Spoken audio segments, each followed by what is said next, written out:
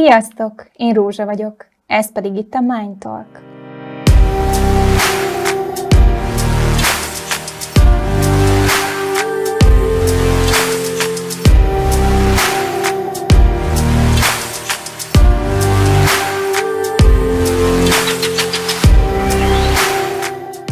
Ebben a videóinterjú sorozatban az IT közösség mindennapjait meghatározó témákkal fogunk foglalkozni.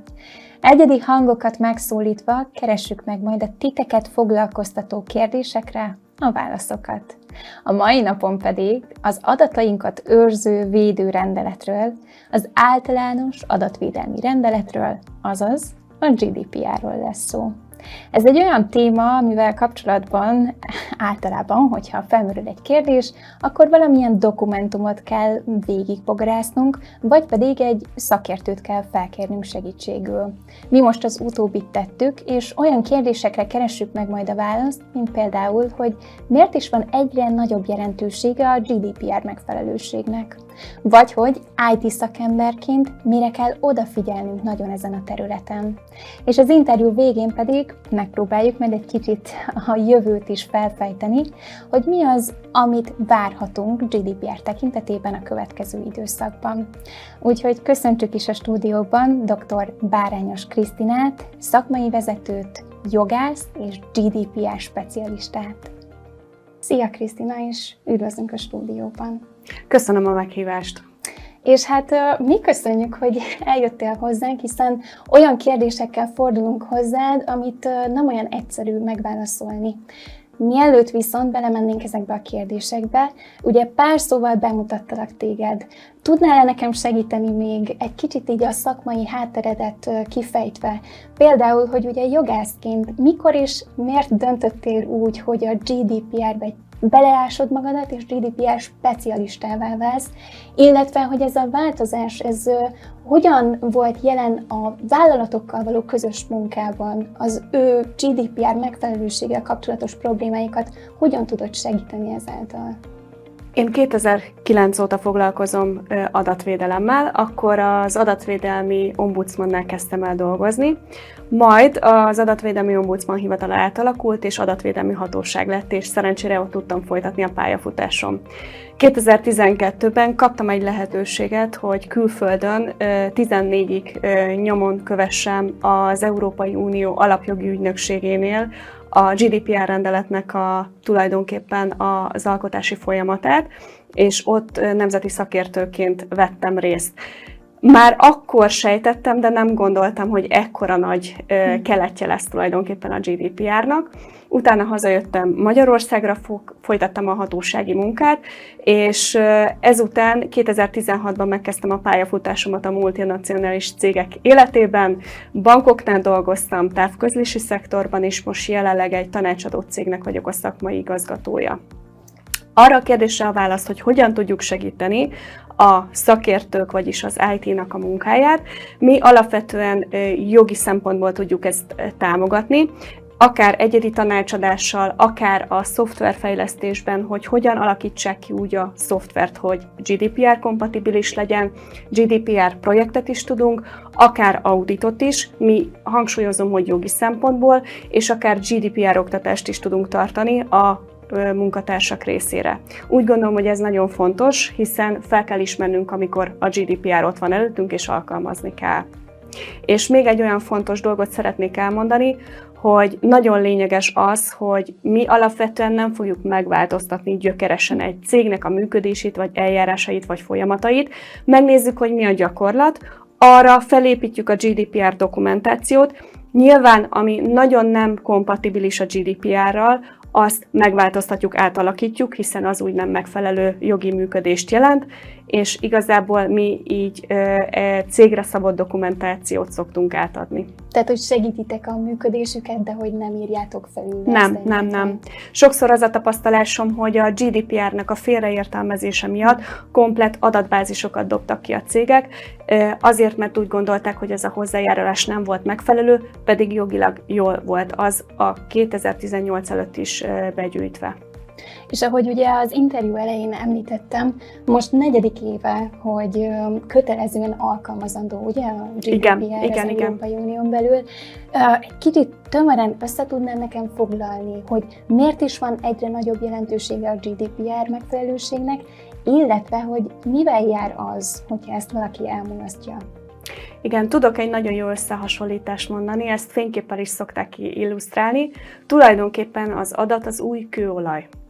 Nagyon nagy értéke van, hiszen gondoljunk bele, most megjelent a mesterséges intelligencia.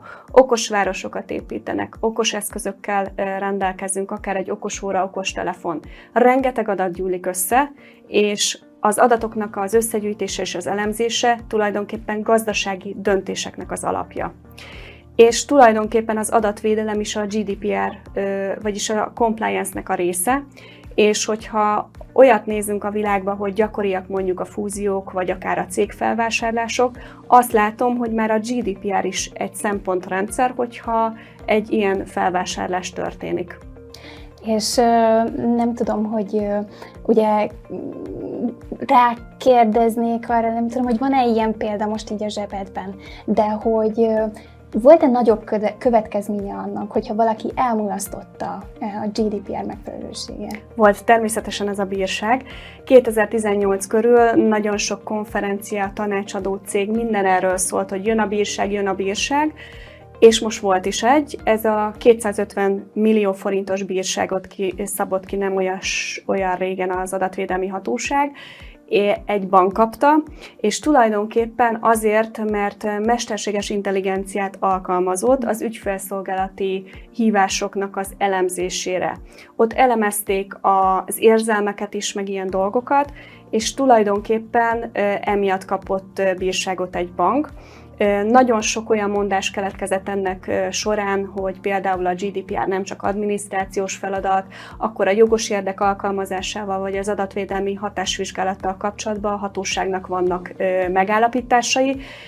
Ez egyébként megtalálható az adatvédelmi hatóságnak a honlapján, ez egy 36 oldalas dokumentum.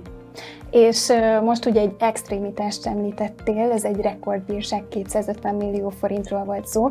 Egy picit így a hétköznapokra hoznám vissza a beszélgetésünket, tehát hogy nem probléma.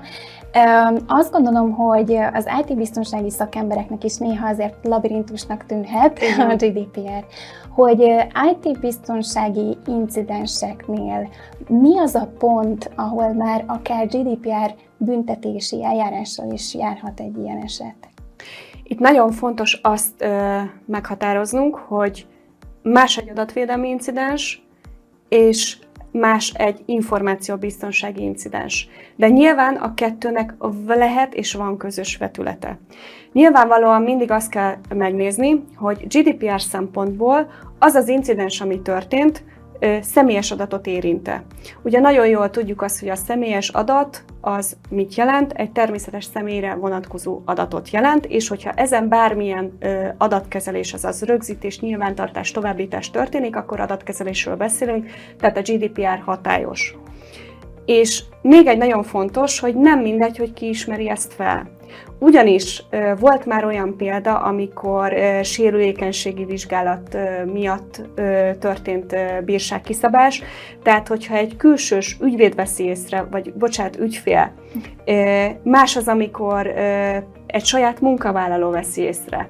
Ilyen szempontból nem mindegy, hogy ki szól a hatóságnak, mert utána megvan, hogy milyen protokollt kell cégen belül megoldani, hogy tulajdonképpen minden rendben legyen.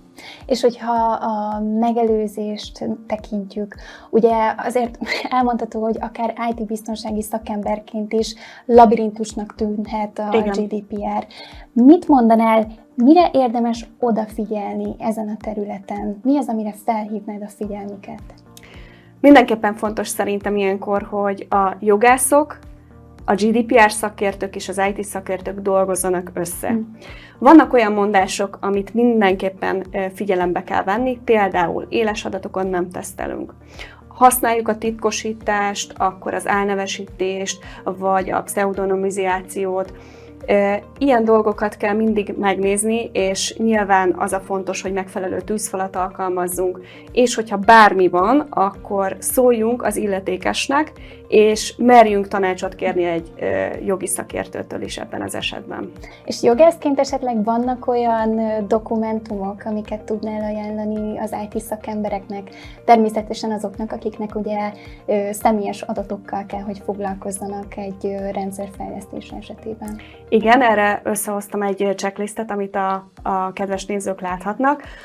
Nagyon fontos elsősorban, hogy elhatárolnám, hogy általánosságban biztos, hogy szükséges adatkezelési tájékoztató, belső adatvédelmi szabályzat, és az IT szakértőknek pedig nagyon fontos az, hogyha bármilyen szoftvert fejlesztenek, foglalkozzanak azzal is, hogy a szoftver tudjon törölni. Meg kell vizsgálni, hogy adatvédelmi hatásvizsgálatot kell végezni arra az adott szoftverre.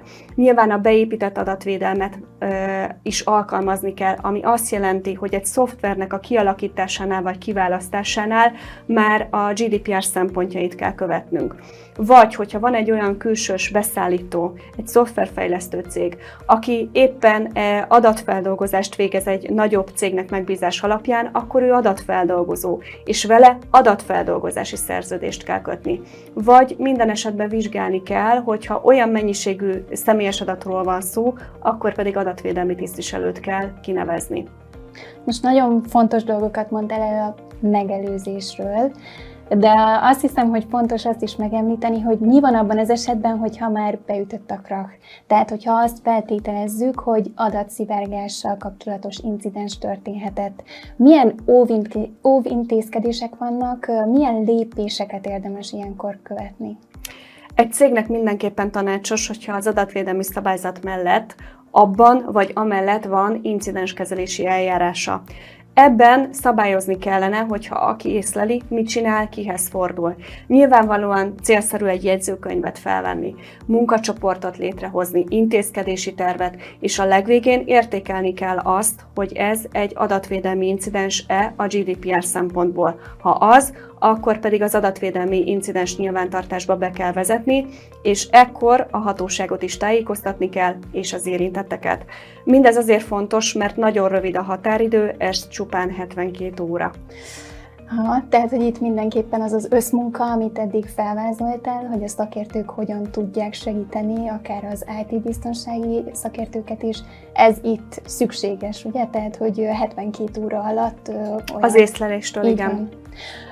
És hát eddig ugye a magyar példákat vettük sorba, és azt vizsgáltuk. Mivel már az interjúnknak a végén járunk, azt gondolom, hogy érdemes volna egy kicsit a határokon kívülre is kitekinteni. Mit tudnál mondani, mennyire vagy mennyivel szigorúbbak a magyar GDPR szabályok, vagy hát a rendelet a külföldiekhez képest? Van-e ilyen viszonyításunk? Az EU-n kívüliek nem szigorúbbak. Az Európai Unió területén hatályos GDPR a legszigorúbb, és egyébként hozzáteszem, hogy az Európai Unión belül pedig Magyarországnak mindig is, még a GDPR előtt szigorúak voltak az adatvédelmi rendelkezései. Tehát az országon belül még jobban oda kell figyelnünk. Aki annak idején megfelelt a magyar infotörvénynek, azaz az adatvédelmi törvénynek, annak a cégnek nem jelentett sok erőfeszítést, hogy a GDPR-nak is megfeleljen, még 2018 előtt. És már csak egy dolog van hátra, de azt megígértem már az elején, úgyhogy próbálkozzunk meg vele. Mit látsz a jövőben GDPR tekintetében? Mit lehet elmondani? Mit várhatunk a következő időszaktól? A következő időszakban szerintem még okosabbak leszünk. Nyilván egyre több hatósági joggyakorlat és hatósági határozat is fog születni. Ez mind az EU-n belül is érvényes. Mi is cégek eléggé okosabbak leszünk, és szerintem a bírságoknak az összege is kicsit elmozdult a 250 milliós bírsággal a 100 milliótól, tehát 2,5 szeresére megnőtt. Ezen kívül azt tudom tanácsolni a cégeknek, hogy a honlapokon megvásárolt sablonokat kerüljék, mindenképpen GDPR szakértőt alkalmazzanak, mert minden cég más és más, mindig vannak specifikus dolgok egy adott cégnél.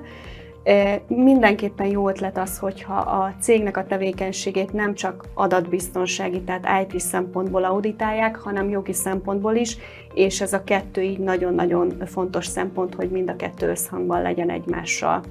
És hogyha olyan van az IT szakértőknek, azt tudom mondani, hogy nyugodtan keressék meg a jogi szakértőt. Szerintem az a fontos, hogyha a két szakterület összedolgozik, és ezáltal egy cégnek, egy vállalatnak az érdekeit tudják képviselni. Nagyon szépen köszönjük ezeket a lezáró szavakat, meg hát azt, hogy itt voltál velünk, és hogy megválaszoltad nekünk a kérdéseket. És hát azt is, hogy most a 4. évfordulóját a GDPR-nak veled együtt tudtuk megülni. Köszönöm szépen én is a meghívást. És kedves Mindworkerök, köszönjük nektek is, hogy velünk tartottatok, és reméljük, hogy találtatok olyan válaszokat, amik segíteni tudják a mindennapjaitokat és a munkátokat természetesen. A következő epizódban találkozunk. Sziasztok!